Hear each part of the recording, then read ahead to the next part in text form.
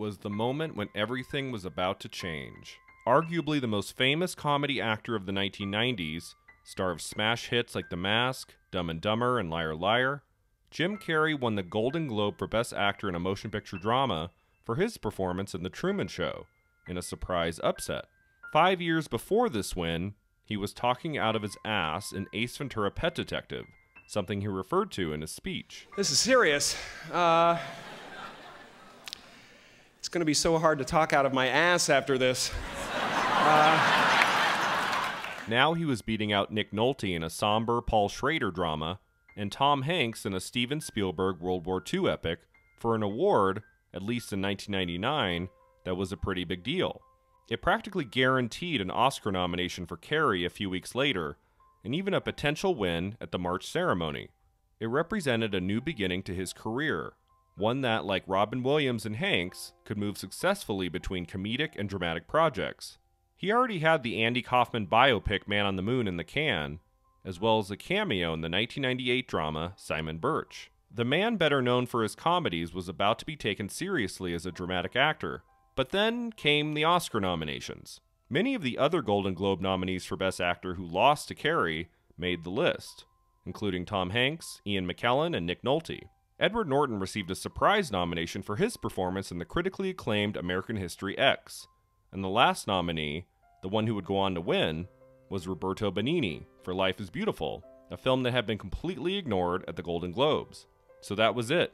Carrey, shockingly, had been left off the list, a major snub he lampooned at the Oscar ceremony when he presented Best Film Editing. It's my own fault. I screwed it up. Winning the Oscar is not the most important thing in the world. It's an honor just to be Oh, God.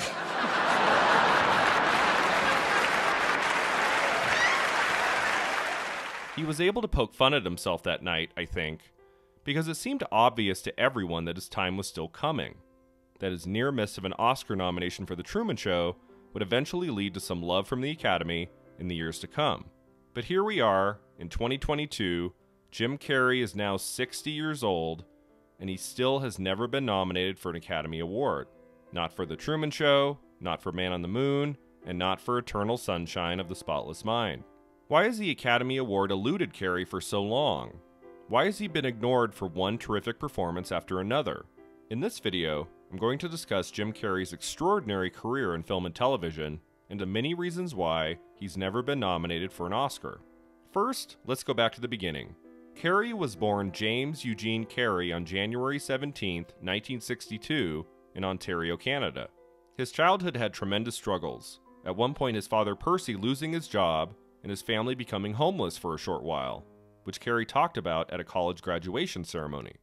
My father could have been a great comedian, but he didn't believe that that was possible for him. And so he made a conservative choice. Instead, he got a safe job as an accountant, and when I was 12 years old, he was let go from that safe job, and our family had to do whatever we could to survive. I learned many great lessons from my father, not the least of which was that you can fail at what you don't want, so you might as well take a chance on doing what you love.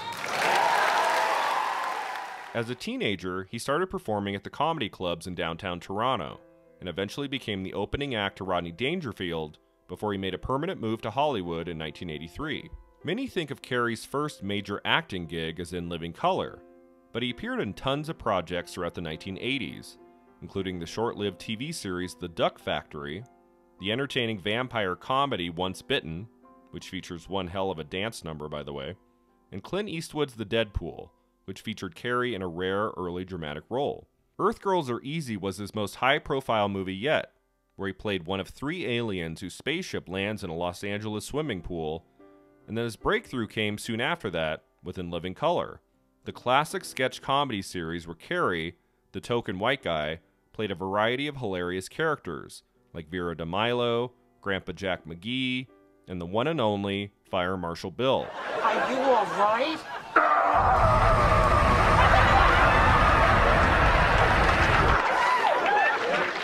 Well, I won't be singing with Domingo. Throughout 5 seasons, Carrey honed his skills in comedy, to the point where he was ready to hit the big screen. And in 1994, Carrey enjoyed one of the most astonishing years for an actor ever, 3 successful comedies all released within 10 months. Ace Ventura: Pet Detective in February, The Mask in July, and Dumb and Dumber in December. If people didn't know Carrey's name in early '94, they certainly knew it, and knew it well, by early '95. And with his tremendous year came his first major nomination, Best Actor in a Motion Picture, Comedy, or Musical, at the Golden Globes for his performance in The Mask. He might have lost to Hugh Grant, but he had proven his work was strong enough to be considered for major awards. As his stardom continued to rise with performances in Batman Forever and Ace Ventura: When Nature Calls, Carrey found himself winning Blockbuster Entertainment Awards, Kids' Choice Awards, People's Choice Awards, and MTV Movie Awards, where at the latter especially, his acceptance speeches were often as entertaining as the films themselves. After this year's so-called Oscar race,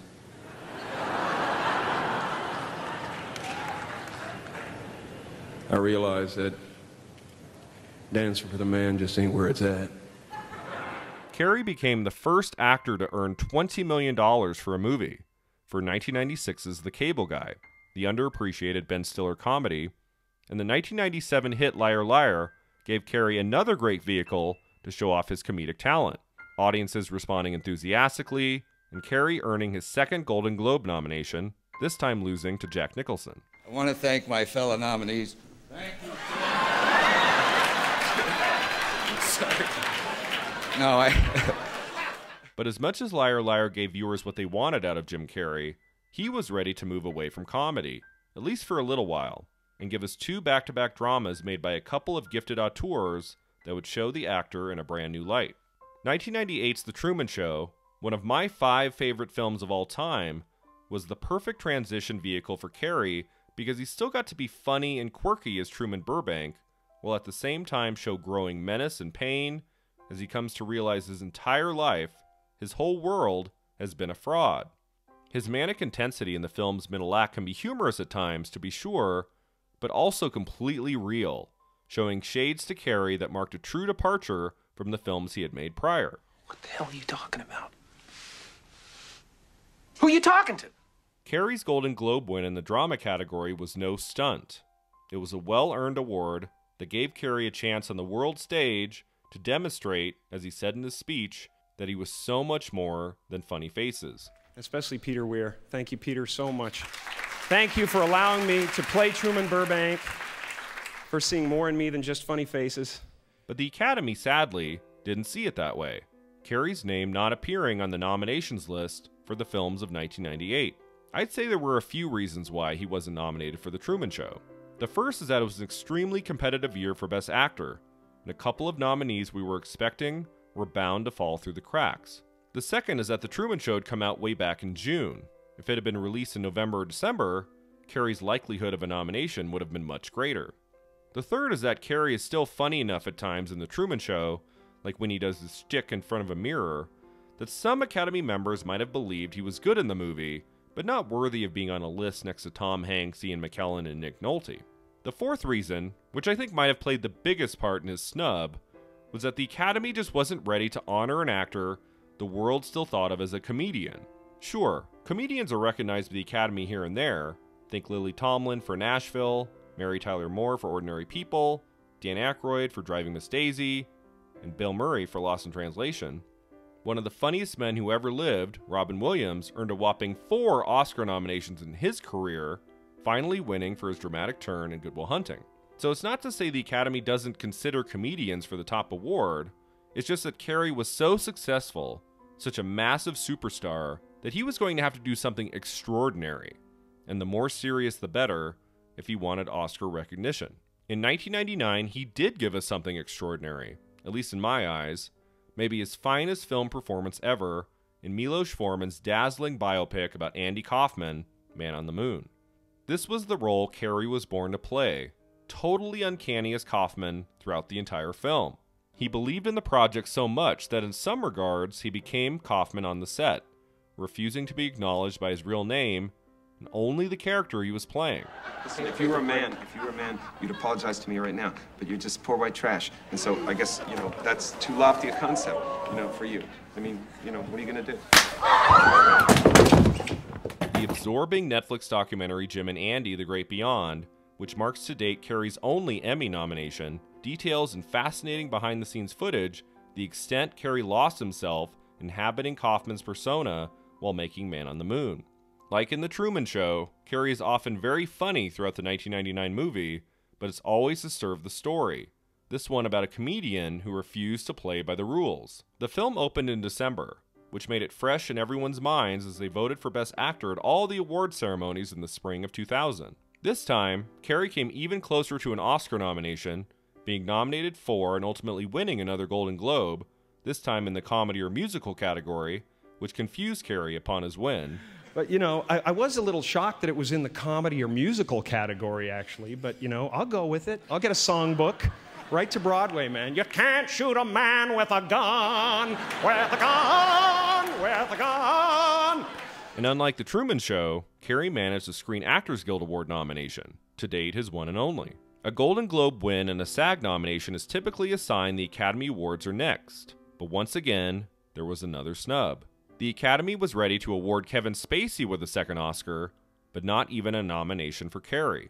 Again, Best Actor was competitive, 1999 an incredible year in the history of film, but in some ways this seemed the perfect opportunity to make up for passing him over the year prior for The Truman Show. Unfortunately, Man on the Moon wasn't as well received as many of the other year-end releases, the film ultimately not earning a single Oscar nomination at all. The Academy love for his movie, and his performance, just wasn't there.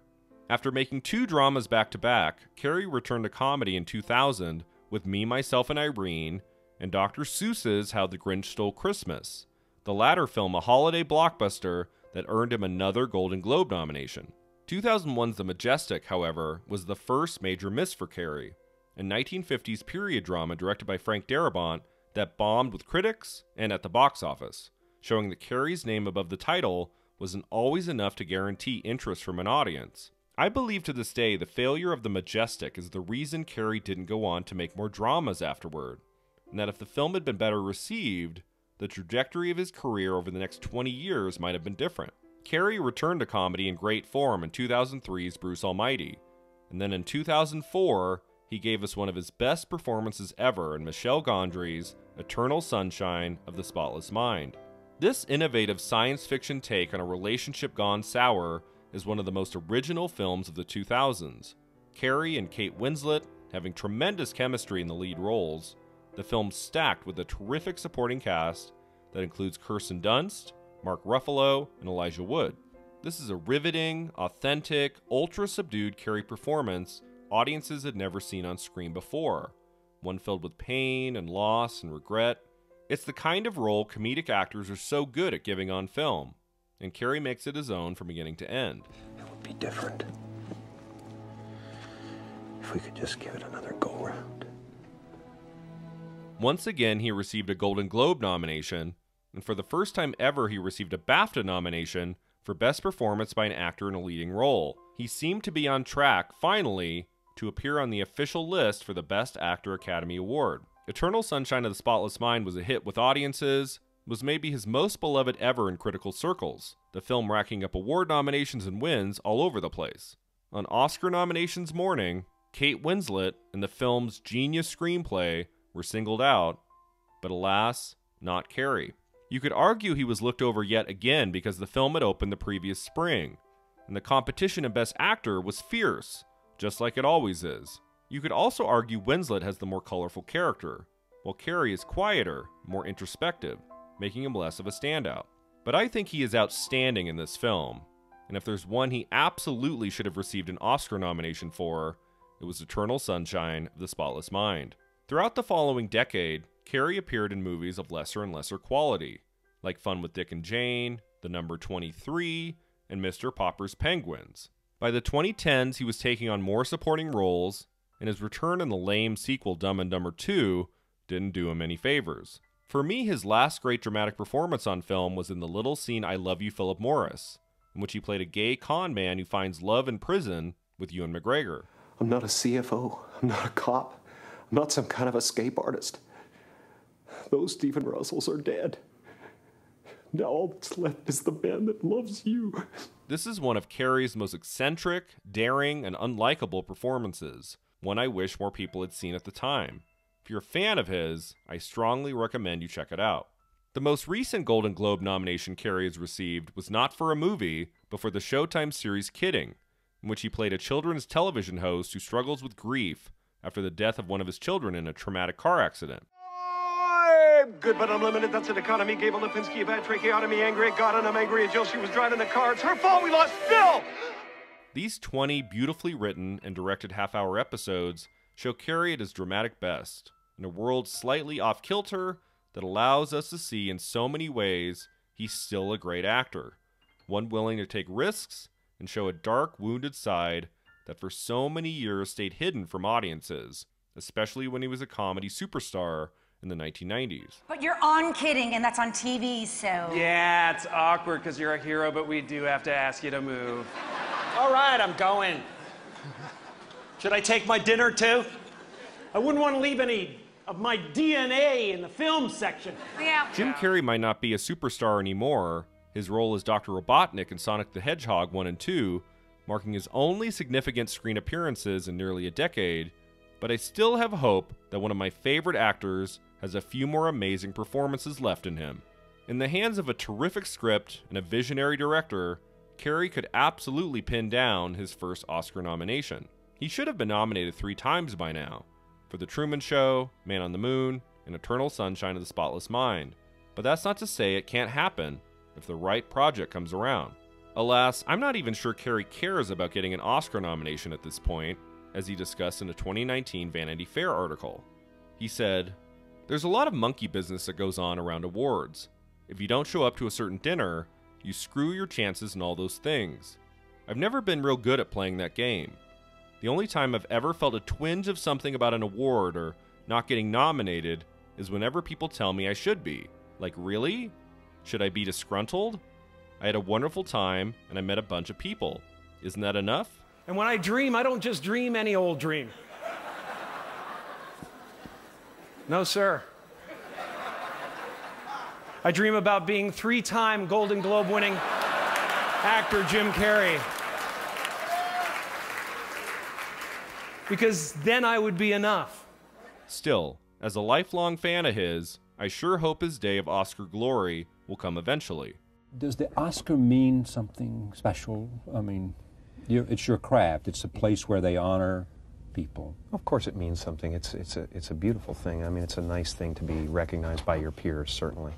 That would be a wonderful thing if that happened someday. It might be in the form of an honorary Oscar, the way the Academy awarded the never-nominated Steve Martin in 2013. Oscar nomination or no Oscar nomination, Jim Carrey just needs to be back where he belongs, on the big screen, with great parts, making us laugh, and making us cry. When I paint, I'm being painted. When I write, I'm being written. And when I act, I'm being acted through it. You know, it's there to express my truth. He's one of my all-time favorites, and what a thrill it has been to celebrate his life and career in this video. Happy 60th birthday, Jim Carrey. From me and your fans around the world, we love you with all our hearts. Take care now. Bye-bye then.